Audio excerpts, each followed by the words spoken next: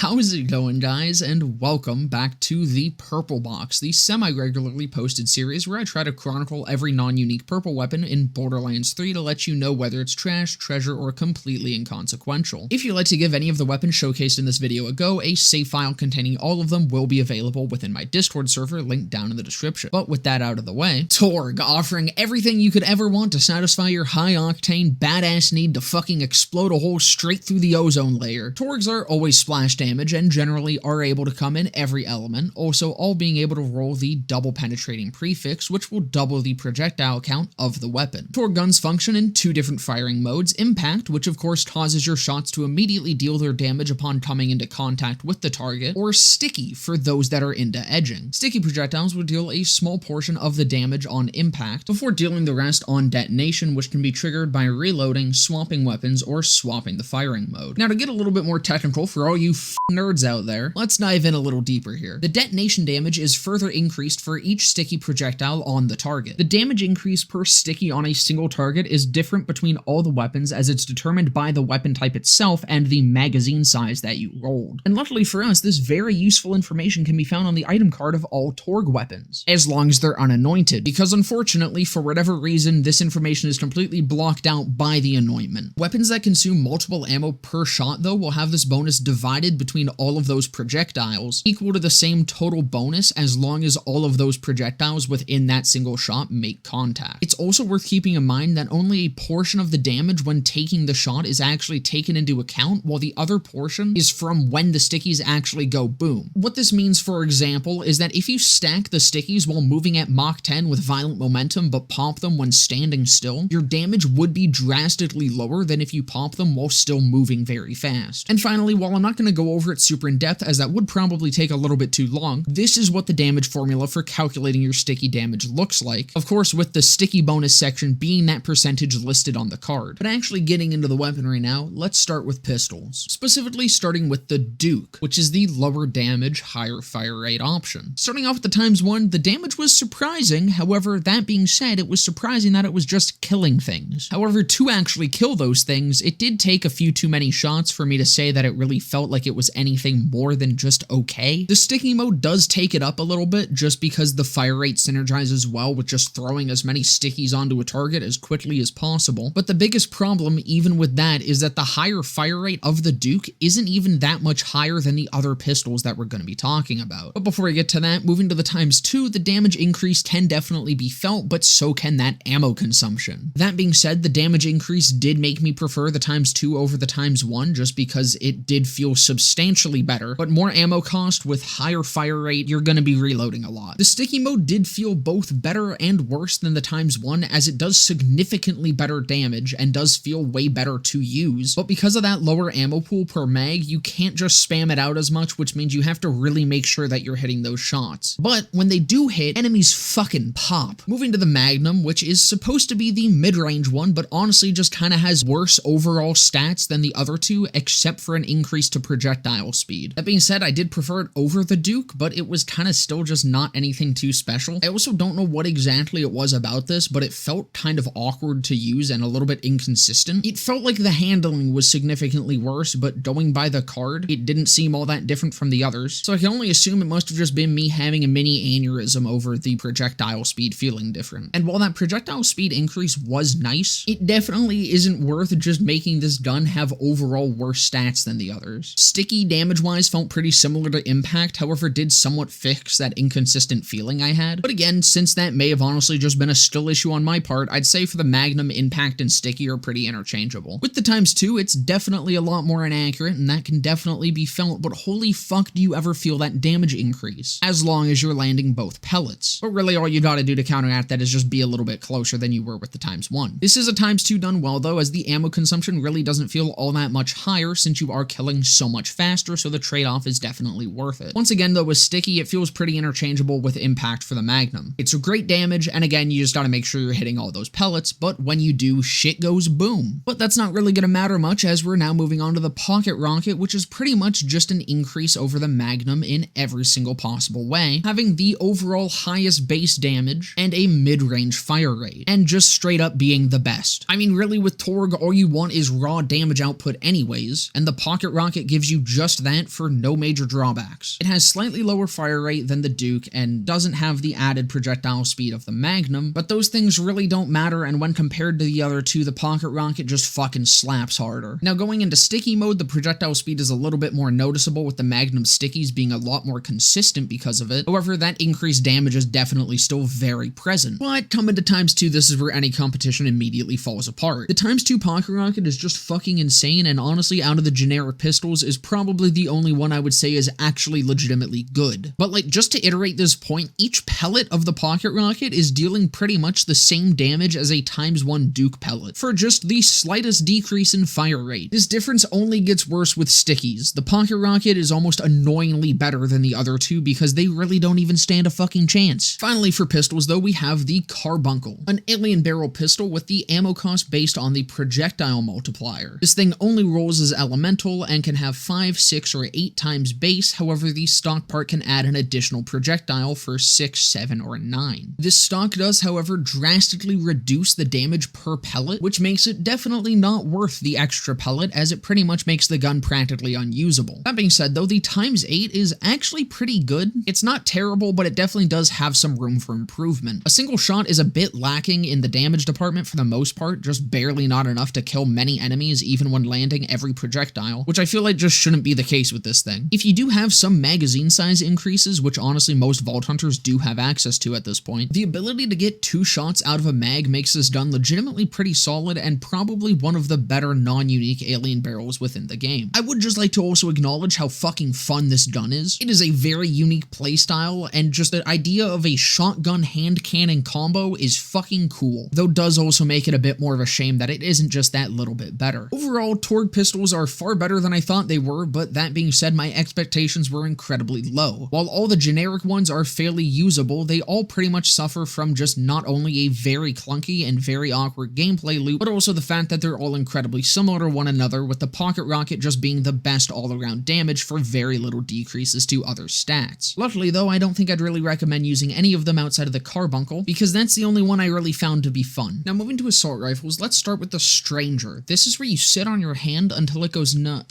hold on. The Stranger is the highest damage with the lowest fire rate, and it is ass. Just ass. Damage sucks, fire rate isn't great, it's just not fucking fun. I would genuinely have better luck beating something over the head with this thing than actually shooting it. Sticky didn't really help anything and just slowed down the gameplay to a fucking crawl. Trust me, you're gonna be seeing a theme here. ×2 was definitely a lot better damage-wise, but still just wasn't anything great. It's a huge increase over ×1, but it's a pretty shit weapon still overall. Sticky did feel a lot better since mag dumping onto a target went a lot quicker, but it still just wasn't enjoyable to do. Next up is the Polisher, which is our mid-range of the three, having average damage, average fire rate, and increased projectile speed. Similar to pistols though, the averaging here isn't anything game-changing, and the DPS of the Polisher overall felt very similar to the Stranger, which of course means it felt just as bad, if not a little worse, simply due to the increased fire rate leading to even further finger pain. Sticky is pretty much the same situation, except just somehow worse in the damage department. And moving further down this hill, ×2